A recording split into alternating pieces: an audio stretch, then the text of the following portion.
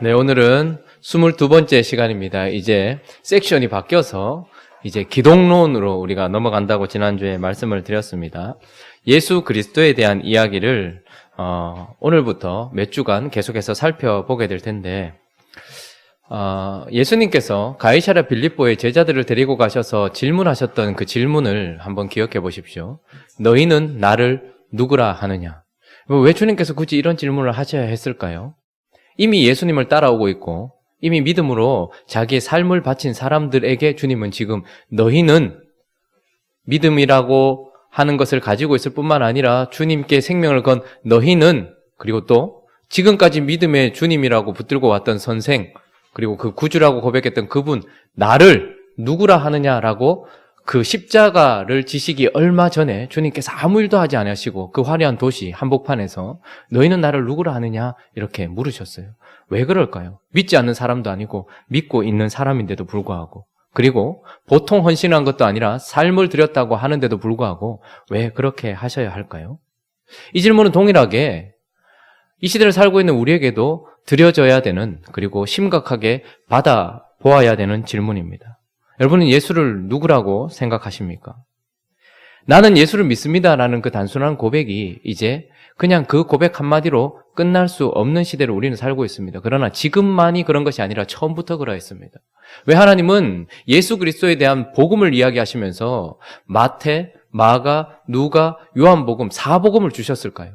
그것은 바로 우리가 단순히 나는 예수를 믿습니다, 그러니 이제 더 이상 예수에 대한 어떤 복잡한 이야기라든지 그분이 신인지 사람인지 아니면 신인인지 아니면 그분이 인격을 두 개로 가지고 있는 것인지 한인격인지 한인격 안에 두 신성과 인성이 같이 있는 것인지 그분은 사람인 것인지 하나님인 것인지 그분의 죽으심이 대속적 죽음인 것인지 아니면 우리의 죄를 사하기 위한 사랑인 것인지 이런 이야기들에 대해서는 나는 관심 없고 어쨌든 나는 예수를 믿습니다 라고 하는 이 단순한 고백만으로는 아주 위험하다라는 것을 우리는 생각해야 되는 것입니다.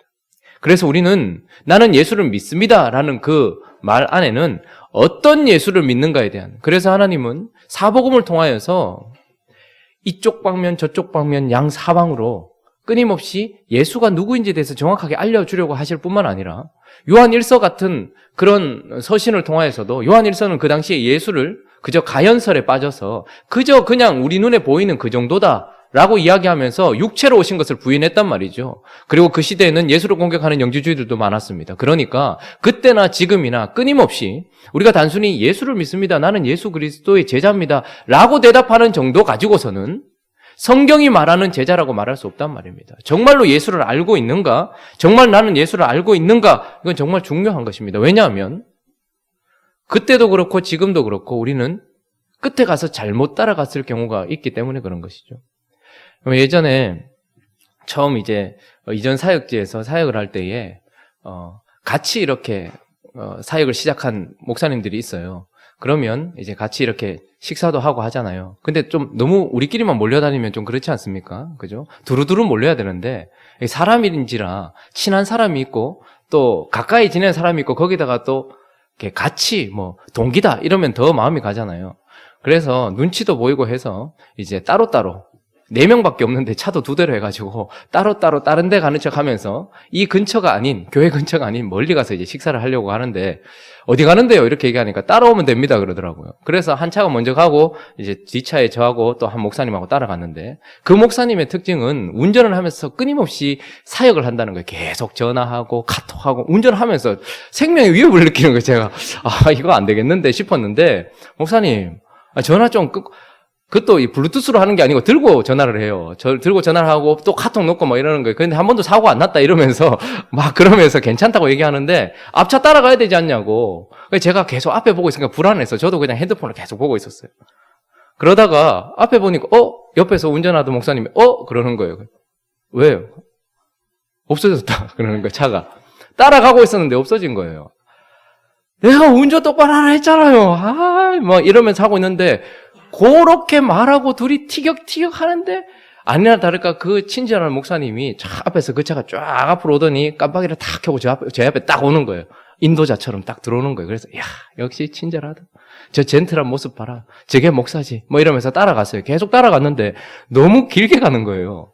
한 30분 넘게 이까지 나가야 되나 우리가? 밥 한 끼 먹다가 이거 다시 또 지금 신방도 잡혀 있는데 나가야 되나? 30분, 40분 뭐 이 정도까지 가는 거예요. 그래서 이제 도대체 어디 가려고 하나 전화 한번 해봐라 하면서 전화를 했어요. 그러니까 제가 목사님 어디 가세요 도대체? 내가 할 말입니다. 도대체 어디 갑니까? 그러는 거예요. 무슨 말이냐고. 지금 제가 계속 따라가고 있다고. 우리는 뭘 따라가고 있냐고. 아까 보니까 이상한 차 따라가더만 그러는 거예요.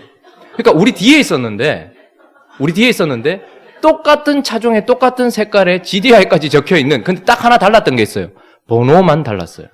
근데 갑자기 딱 적절한 순간에 갑자기 깜빡이를 넣고 우리 앞에 딱 오는 순간 정말로 역시 우리가 헤맨다는 걸 알고 앞으로 다시 왔구나라고 생각했는데 30분 이상 길을 멀리 갔는데 저분들 왜 전화를 안 했습니까? 그러니까 난 당신들이 어디 가는지 좀 뭐 하는 짓인가 싶어서 어디까지 가나 보려고 그랬다는 거예요. 그런데 한참 가다 보니까 30분 40분 가다 보니까 그 차가 다른 방향으로 가고 저희가 세웠어요. 둘이 너무 황당하잖아요. 이게 무슨 일인가? 근데 그 순간 그리고 우리가 봤던 끝까지 따라가던 그 차는 우리를 인도했던 그 차와 똑같다라고 생각을 했었어요. 여러분 이것은 우스갯소리를 할 수 있지만 신앙생활에서도 이런 일이 비일비재하게 일어납니다. 내가 믿었다, 내가 따라가고 있다라고 하는 내가 생각했던 그 나를 인도했던 그 예수라고 생각하는 그분이 우리 앞에 있다라고 생각을 하고 어느 순간 가고 있는데 우리도 모르는 사이에 악의적인 개입이 있거나 아니면 우리의 부주의 때문이라도 나는 이분이 구세주라고 생각하고 알았고 믿고 지금까지 따라왔는데 결국 가보니까 아니더라 하는 경우가 실제로 비일비재하게 일어나고 있습니다. 그래서 그 일이 그 사람의 결국을 완전히 바꾸는 천국 백성을 지옥으로 바꾸는 것은 아니라 할지라도 그 과정 내내 그 사람을 잘못 끌고 다니는 그 사람의 삶에는 누림도 없고 아픔만 있고 고통만 있는 경우가 허다하다라는 말이죠. 여러분 신앙생활을 하시면서 정말로 예수를 알고 계십니까? 교리만 해도 기독론에 대한 강의만 해도 몇 강을 걸쳐서 하고 있는데 우리는 그저 이제 예수 그리스도가 내 구세주입니다. 나는 그분을 믿고 있습니다. 라는 그 단순한 그 고백만으로 만족하고 있는 어쩌면 우리도 그런 모습은 아닙니까? 이번 주부터 시작해서 우리가 예수 그리스도를 살펴볼 때 가장 먼저 마음에 새겨야 될 것은 예수를 아는 것도 중요한데 예수를 아는 것이 왜 중요한가를 머릿속에 생각을 해야 됩니다. 왜 우리는 예수 그리스도에 대한 교리 복잡하거든요. 나중에 가면 도대체 이런 얘기를 왜 해야 되나 싶어요. 신인지 사람인지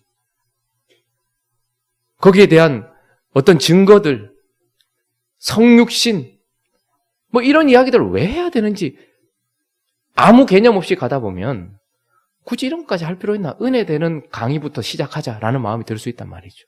그러나 우리가 마음에 새겨야 되는 것은 예수가 누구이신지를 정확하게 아는 것이 가장 중요하고 근본이라는 것이고 이것을 제대로 점검하지 않은 채 달려가는 것만큼 위험한 것이 없다라는 것을 마음에 새기면서 오늘 강의는 그래서 예수 그리스도를 아는 것이 중요하다라는 것을 좀 마음에 새기려고 합니다.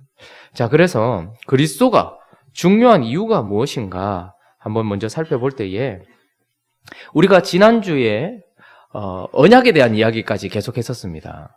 그러면서 하나님은 창세전에 구속 언약을 세우셨고 그리고 그 구속 언약으로 말미암아 행위 언약이 깨트려진 아담의 후손들에게 계속해서 찾아오셔서 은혜로 언약을 맺으시면서 그 언약이 우리를 어떻게 구원하는지를 보여주는 계시다라고 말씀을 드렸어요. 그래서 구약의 은혜 언약에 대한 이야기를 나누면서 하나님은 먼저 아담이 쫓겨나기 전 아담에게 주셨던 그 원복음, 창세기 3장 15절에 있는 그 원복음에 대해서 이야기를 하셨죠. 한번 읽어볼까요? 자, 읽습니다. 시작.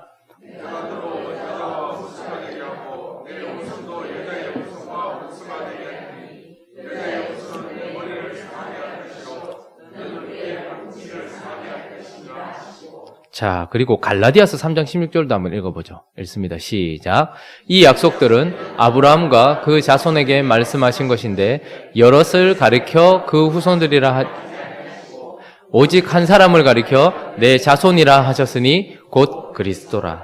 자, 하나님께서 그리스도가 왜 그렇게 중요한가? 우리는 지난주까지 구약에 나타나는 은혜 언약, 그래서 중보자들이 있었다라는 얘기를 했습니다. 아담에게 하나님께서 여자의 후손을 보내주시고 사단의 권세를 박살내실 뿐만 아니라 사단과 멀어지게 할 것에 대한 복음에 대한 이야기를 하셨고, 그것에 더 구체적인 은혜로 아브라함에게 찾아오셔서 자손을 줄 것이라 얘기하셨는데, 자손들이라 하지 않고 한 자손을 이야기하면서 그것은 그리스도라 이야기하면서, 그렇게 하나님께서 은혜 언약을 맺어주셨을 뿐만 아니라 또 하나님께서 노아와 언약을 맺으시면서 계속해서 연결될 수 있도록 토대를 마련하셨고, 아브라함에게 찾아오실 뿐만 아니라 모세에게 찾아오셔서 율법도 주셨고 왕에 대한 필요도 알게 하셨고, 다윗에게 찾아오셔서 하나님께서 메시아를 보내주겠다는 약속을 구약의 은혜 언약으로 했단 말이죠. 그런데 그것이 마치 다 깨진 것처럼, 우리가 예레미야를 살펴보고 있는 지금도 그렇죠. 모든 언약들이 다 끝난 것처럼 생각되는 그 시점에 선지자들이 새 언약에 대한 이야기를 하게 되었고, 신약 시대가 열리면서 무슨 이야기를 했습니까? 새로운 언약을 맺으시는 새로운 중보자가 나타났는데 그게 누구라고 얘기했습니까? 예수다라고 얘기했어요. 그래서 모든 은혜 언약들의 중심에 서 있는 한 분이 새로 오셔서 그분이 이제 우리와 언약을 맺으셨다 얘기했습니다. 구약 성경에는 그래서 아브라함이나 모세나 다윗이나 이런 사람들을 통해서 언약을 맺으셨는데, 신약을 시작하시면서 하나님께서 끝난 것 같은 그 언약이 끝나지 않았고 계속해서 이어지고 있고, 새로운 중보자인 예수를 통하여서 그 언약이 계속해서 연결되고 있는데, 이것이 구약의 언약보다 훨씬 크고 넓고 깊기 때문에 이것을 새 언약이라고 말씀을 드리면서 우리는 예수 그리스도가 새 언약의 중보자라고 말씀을 드렸어요. 모든 은혜 언약의 중보자들, 아브라함, 다윗, 모세 같은 사람도 있지만 신약 시대에 와서 새 언약의 중보자인 예수 그리스도에 대한 이야기를 했어요. 그런데 왜 예수 그리스도가 더 중요하냐면, 우리가 방금 살펴봤던 것처럼 예수 그리스도는 새 언약의 중보자 정도만이 아니더라는 거예요.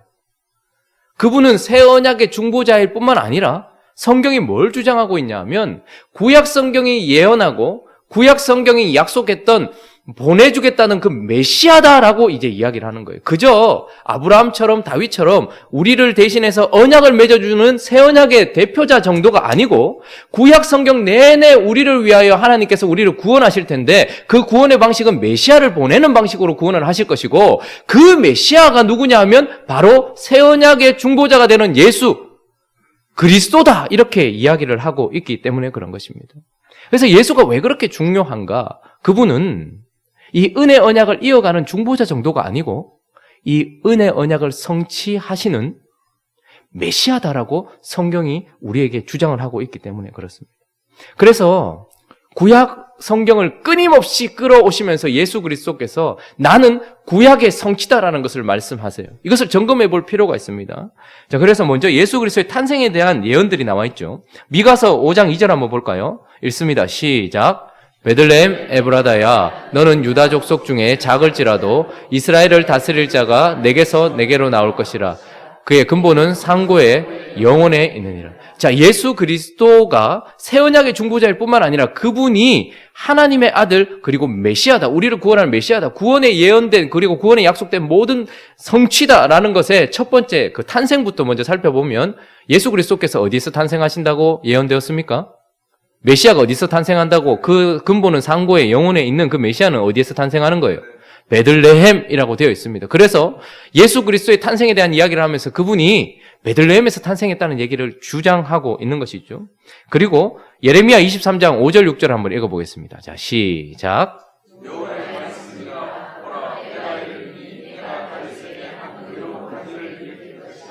그가 왕이 되어 지혜롭게 다스리며 세상에서 정의와 공의를 행할 것이며, 그의 날에 유다는 구원을 받겠고 이스라엘은 평안히 살 것이며 그의 이름은 여호와 우리의 공이라 일컬음을 받으리라. 자, 그분이 베들레헴에서 태어날 뿐만 아니라 그분의 족보가 어떻게 되는가? 그는 바로 유다 지파 다윗의 집에서 태어날 것이다 라는 것이 예언되어 있고, 그래서 예수 그리스도께서 누구의 자손인가를 계속 얘기해요. 아브라함과 다윗의 자손 예수뿐만 아니라 그의 부모가 누구의 집안이냐를 계속해서 얘기해요. 유다 지파 다윗의 자손이다라는 탄생에 대한 이야기를 하고 있습니다. 뿐만 아니라 가장 독특한 것, 이사야서 7장 14절 한번 읽어보겠습니다. 시작. 그러므로 주께서 친히 징조를 너에게 주실 것이라. 보라, 처녀가 잉태하여 아들을 낳을 것이요 그의 이름을 임마누엘이라. 가장 독특한 그의 탄생은 바로 처녀가 잉태하여 아들을 낳을 것이다 라고 이야기하는 이 일이 누구를 통해서? 그래서 계속 동정녀라는 것을 강조하고 있죠. 예수 그리스도는 구약에 약속된 그저 신약의 은혜 언약을 이어가는 새로운 언약의 어떤 그런 중보자 정도가 아니라 구약이 말하던 메시아다라는 것을 계속해서 이야기해주고 있습니다. 뿐만 아니라 그분이 사역하기 전 그분을 예비할 것에 대하여 말라기 3장 1절은 이렇게 이야기했죠. 읽습니다. 시작. 만군의 여호와가 이르노라. 보라, 내가 내 사자를 보내리니 그가 내 앞에서 길을 준비할 것이요 또 너희가 구하는 바 주가 갑자기 그의 성전에 임하시리니 곧 너희가 사모하는 바 언약의 사자가 임하실 것이라. 자, 내 앞에 길을 준비할 사람 누구 얘기하는 거예요? 세례 요한을 얘기하는 것이고, 그리고 예수 그리스도를 알아봤던 시몬이나 안나 같은 사람이 어디서 예수를 보았습니까? 성전. 그래서 지금 그분은 지금 너희와 새로운 언약을 중보자로 서 있는 이분은 메시아다. 그런데 그분의 탄생에 대해서 이분이 성취하셨다라고 이야기를 하고 있습니다. 뿐만 아니라 그분에 대한 특징에 대한 이야기를 하고 있는데 이사야서 9장 6절 7절을 한번 볼까요? 그분의 모습이 어떠한가를 보여주는데 6절 7절 있습니다. 시작. 이는 한 아기가 우리에게 낳고 한 아들을 우리에게 주신 바 되었는데 그의 어깨에는 정사를 메었고 그의 이름은 기묘자라 모사라 전능하신 하나님이라 영존하시는 아버지라 평강의 왕이라 할 것임이라. 그 정사와 평강의 더함이 무궁하며 또 다윗의 왕자와 그의 나라에 군림하여 그 나라를 굳게 세우고 지금 이후로 영원히 정의와 공의로 그것을 보존하실 것이라. 만군의 여호와의 열심히 이를 이루시라. 다윗의 왕자, 그 나라는 군림할 것이라 이야기하면서 그분은 기묘자, 모사라 이런 이야기를 하면서 끊임없이 그분이 어떤 모습인지에 대해서 얘기하는데 여기까지만 알고 유대인들은 오해했던 부분, 그러나 그의 모습은 여기에서만 그치지 않고 이사야 53장 3절은 또 무엇이라고 얘기합니까? 읽습니다. 시작.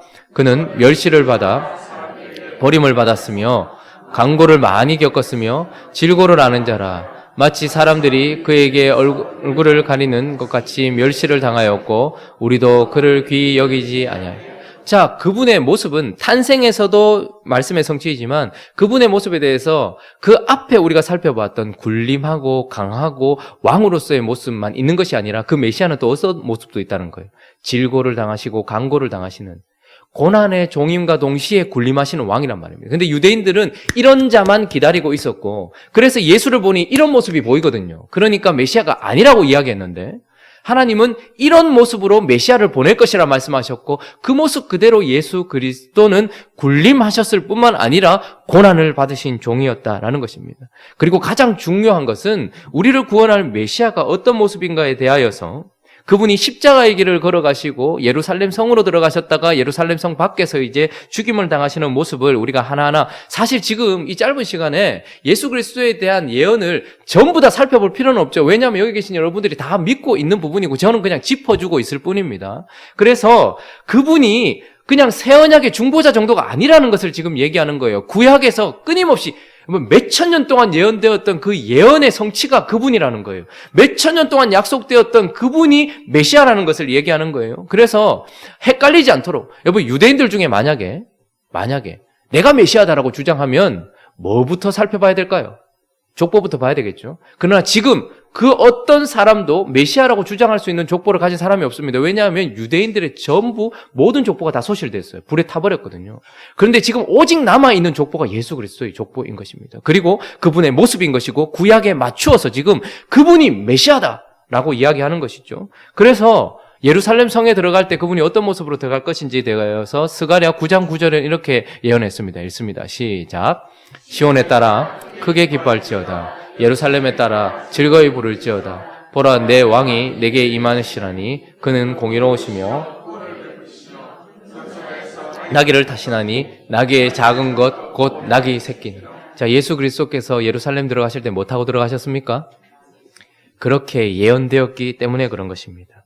뿐만 아니라 그분이 팔릴 때 얼마에 팔립니까? 은 30입니다. 11장 스가랴 11장 12절 13절 있습니다. 시작.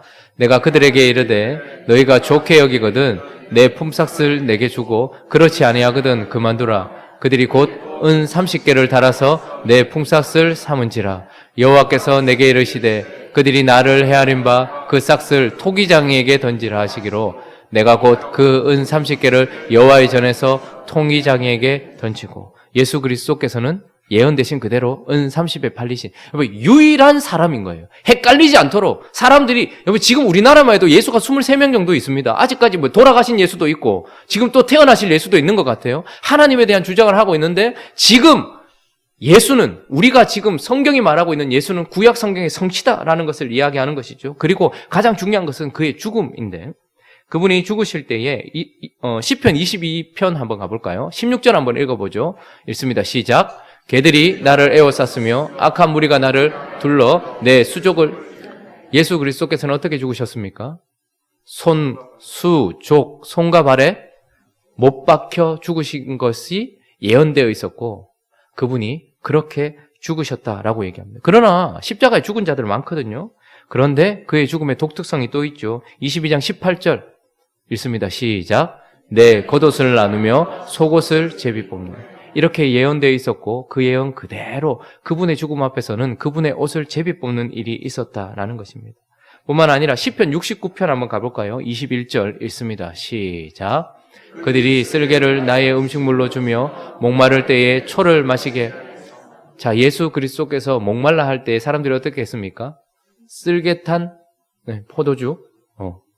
그게 약간 마취 효과가 있다고 하죠. 그래서 그걸 주었고 예수 그리스도는 그걸 받지 않으셨다라고 얘기합니다. 그걸 마시게 했다라는 예언 그대로 이루어졌다라는 것이죠.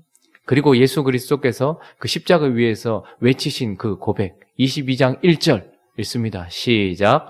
내 하나님이여 내 하나님이여 어찌 나를 버리셨나이까 어찌 나를 멀리하여 돕지 아니하셨사오며 내 신음소리를 듣지 아니하시나 엘리 엘리 라마 사박다니. 왜 그렇게 외쳤을까요? 마지막에 외칠 말도 많으셨을 것이고 힘드신데 굳이 말 안 하셔도 됐을 텐데 그렇게 예언된 메시아이고 그 메시아가 나다라는 것을 보여주기 위함입니다. 마지막으로 무덤도 한번 살펴보면 이사야서 53장 9절 있습니다. 시작. 그는 강포를 행하지 아니하였고 그의 입에 거짓이 없었으나 그의 무덤이 악인들과 함께 있었으며 그가 죽은 후에 부자와 함께 있었다. 그래서 예수 그리스도의 무덤은 아주 부한 사람의 무덤이었습니다. 누구 거였습니까? 아리마대 요셉의 무덤이었습니다. 여러분, 탄생부터 죽음까지 예수 그리스도와 비슷한 사람은 이 땅에 아무도 없습니다. 그러면서 우리가 그리스도가 왜 그렇게 중요하냐면 이제 이 그리스도가 창세기 3장 15절 처음 우리가 죄를 짓고 구원을 약속하신 하나님의 그 처음 구원부터 우리를 구원하시기 위하여서 역사하신 그 하나님께서 보내실 메시아다라는 것을 이야기하기 때문에 참으로 중요한 것이고 실질적으로 이제 그리스도가 중요한 이유를 살펴볼 텐데 그 이유는 바로 이제 새 언약의 중보자 정도로 우리가 지난주에 새 언약의 중보자 예수 그리스도에 대해서 얘기했습니다. 그래서 그분은 구약의 언약을 계속해서 이어가는 새 언약의 중보자다 이야기했습니다. 그런데 오늘은 우리가 무엇을 얘기합니까? 중보자 정도가 아니라 그분은 구약이 약속한 메시아이고 그리고 또 하나 중요한 것이 있습니다. 그것은 바로 그 그리스도만으로 우리가 구원받는다라고 성경이 이야기하기 때문입니다. 다른 길은 없는데요. 하나도 없어요.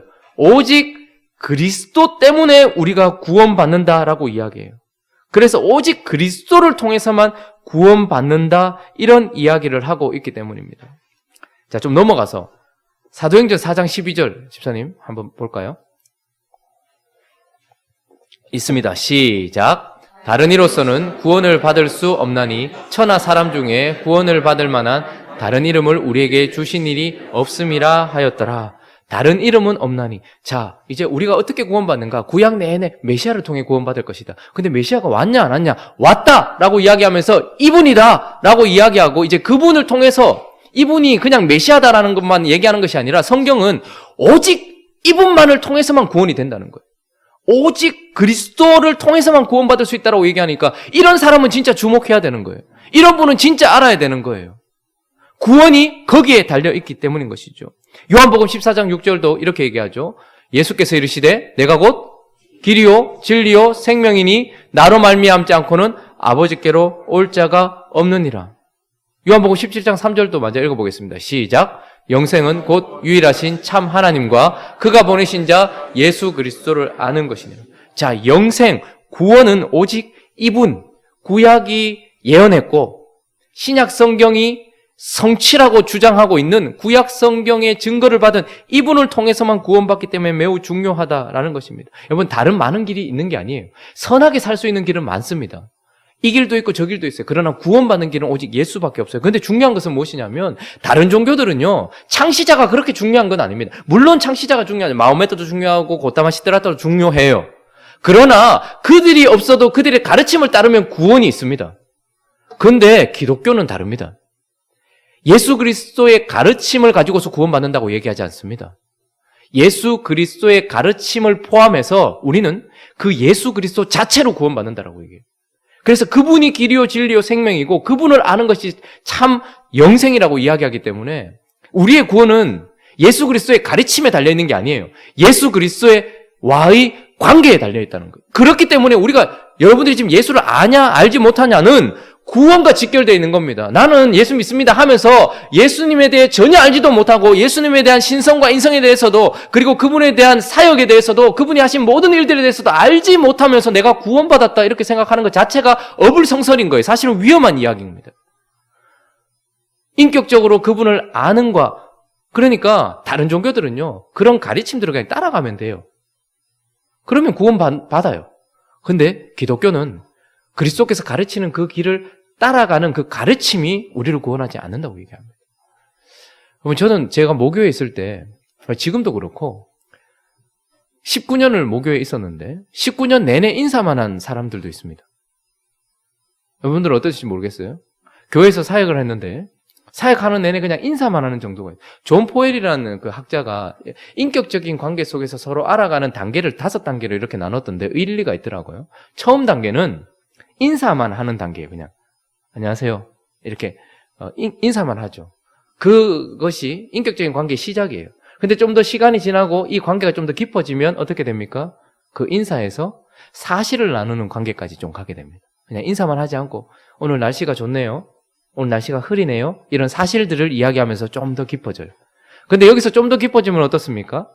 그 사실에 자기의 의견을 담아서 이야기하기도 합니다. 그러니까 자기를 그만큼 열었다는 거죠.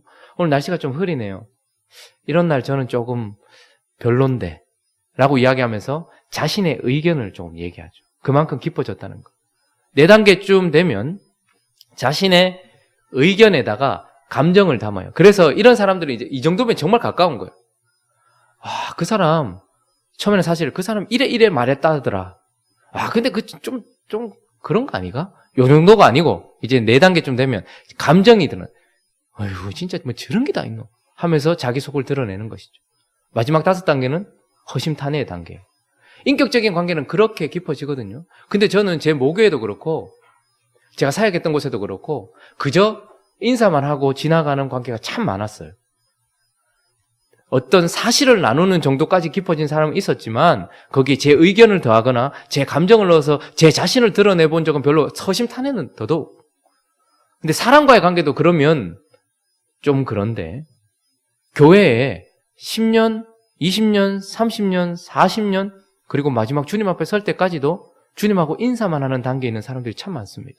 그저 사실만 이야기하고 나는 하나님께 쏟아냈습니다 이렇게 얘기하는데 그러면 상대방은요, 주님이 우리에게 사실만 얘기하는 단계가 아니고 주님이 우리에게 말씀에 대한 어떤 사실만 이야기하는 것이 아니라 거기에 그분의 의견을 덧붙여서 우리에게 말씀해 주시고 그분의 마음과 감정을 덧붙여서 우리를 깨닫게 하시는 이런 깊은 단계까지 가지 않은 사람들이 엄청나게 많더라는 것이죠. 그러면서도 나는 예수를 믿습니다, 나는 구원받았습니다 이렇게 주장하는 사람들, 더더욱 무서운 것은 내가 예수를 아느냐에 따라서 구원받는 게 아니고요, 예수가 나를 아느냐에 따라서 구원받는 거예요.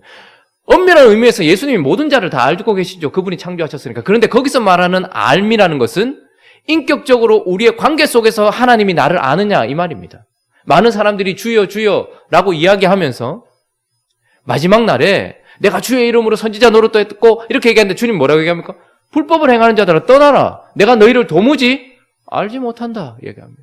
구원은 주님이 우리를 아느냐 그렇지 않느냐에 달려있단 말이죠. 그러니까 예수 그리스도가 메시아다라는 것에서만 그치지 않고 성경이 우리를 보고서 예수 그리스도는 우리의 유일한 구원이다 라고 이야기하기 때문에 예수 그리스도에 대해서 아는 것이 그만큼 중요하다라는 것입니다.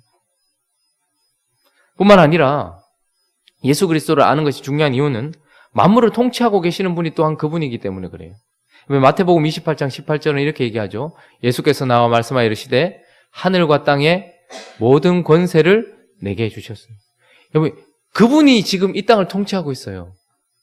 나라의 정세, 우리 개인의 상태, 그리고 역사의 모든 것, 구약의 증거를 받았던 메시아, 그리고 구원의 유일한 길이라고 하는 그분이 예수 그리스도께서, 그래서 예수를 우리는 예수라는 이름을 주, 예수, 그리스도까지 알고 있는가라는 거예요. 그분은 지금 주로서 통치하고 계시는 거예요.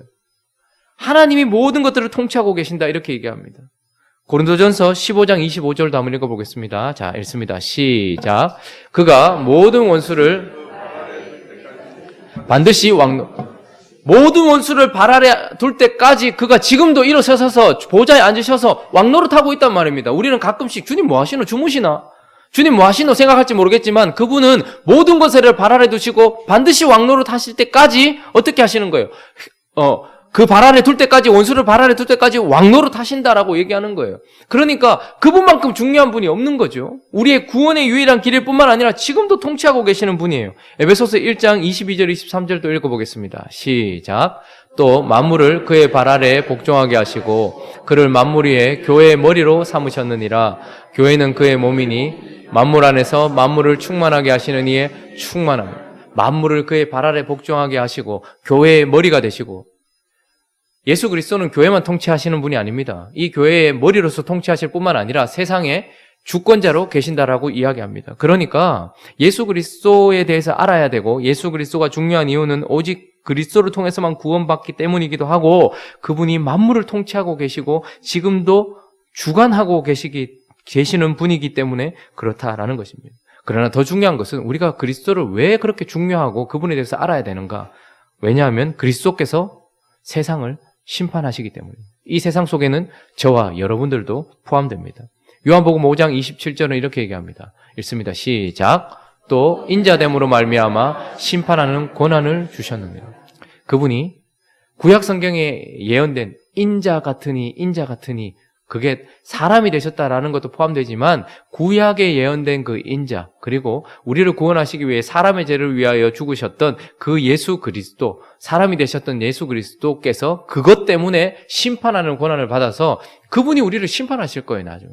여러분, 믿는 사람들은 나중에 심판대 앞에 서지 않습니까? 모두 다 심판대 앞에 섭니다.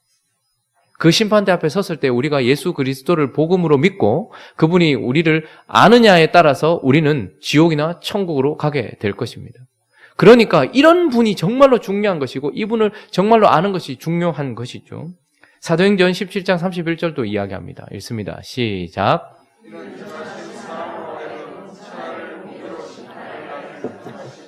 이에 그를 죽은 자 가운데서 다시 살리신 것으로 모든 사람에게 믿을 만한 증거를 주셨습니다. 자, 지금도 이야기하죠.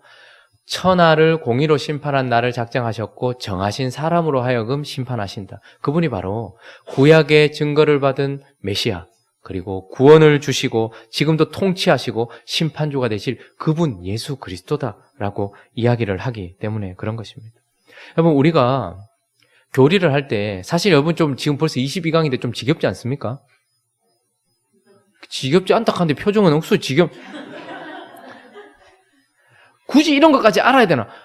하나님의 본성, 속성, 비공유적 속성, 공유적 속성 이런 걸 왜 알아야 되나? 이렇게 생각할 수 있습니다. 거기다가 이제 또 예수가 신이냐 사람이냐 뭐 이런 얘기 다음 주에 할 거거든요. 그럼 여러분들 표정이 계속 안 좋을 거예요. 교리하고 나면 제가 힘이 쫙 빠지는 게 표정이 안 좋아, 서로가. 내가 이 이야기를 왜 해야 되나 이런 생각 가끔씩 들어요, 진짜로. 그러면서 저도 이 교리에 대한 책을 계속해서 읽거든요, 저는. 계속해서 읽으면서 내가 이거 또 읽어야 되나, 이거 딱 하고, 좀 은혜되고 이런 거 읽으면 좋은데, 이런 생각이 드는데, 왜 우리가 예수 그리스도에 대해서 이렇게 중요하게 알아야 되는가? 그 언약을 통해서 계시된 그 하나님의 구원의 계시가 정점으로서 새 언약의 중보자 되신 예수에게서 왔는데, 근데 그 예수가 구약이 말하던 그리스도다라고 이야기할 뿐만 아니라 이분을 통해서만 구원을 받는다라고 이야기하니까 그만큼 중요한 것이고, 이분이 지금도 만물의 주로 통치하고 계시다고 얘기하니까 그만큼 중요한 것이고, 또한 그분이 우리를 마지막 심판하실 분이니까 그만큼 중요하기 때문에 그분에 대한 전부를 우리에게 보여주신 만큼은 다 알아야 된다는. 근데 이 마음 없이 계속해서 다음 강으로 넘어가면 이걸 밤에 이거 해야 되나 이런 생각이 든단 말이죠. 마지막으로 한 가지 더 살펴볼 것은 이게 바로 우리의 사명이기도 합니다. 베드로후서 3장 18절 한번 읽어볼까요? 읽습니다. 시작. 오직 우리 주 곧 구주 예수 그리스도의 은혜와 그를 아는 지식에서 자라가라. 영광이 이제와 영원한 날까지. 자, 베드로후서 3장 19절은 뭐라고 얘기합니까?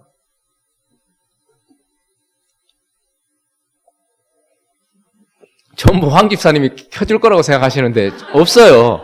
여러분들의 성경에 베드로후서 3장 19절에 뭐라고 얘기합니까? 예, 이게 마지막 말입니다. 베드로의 마지막 말입니다. 베드로가 우리에게 이렇게 얘기합니다. 오직 우리 주 곧 구주 예수 그리스도의 은혜와 그를 아는 지식에서 자라가라.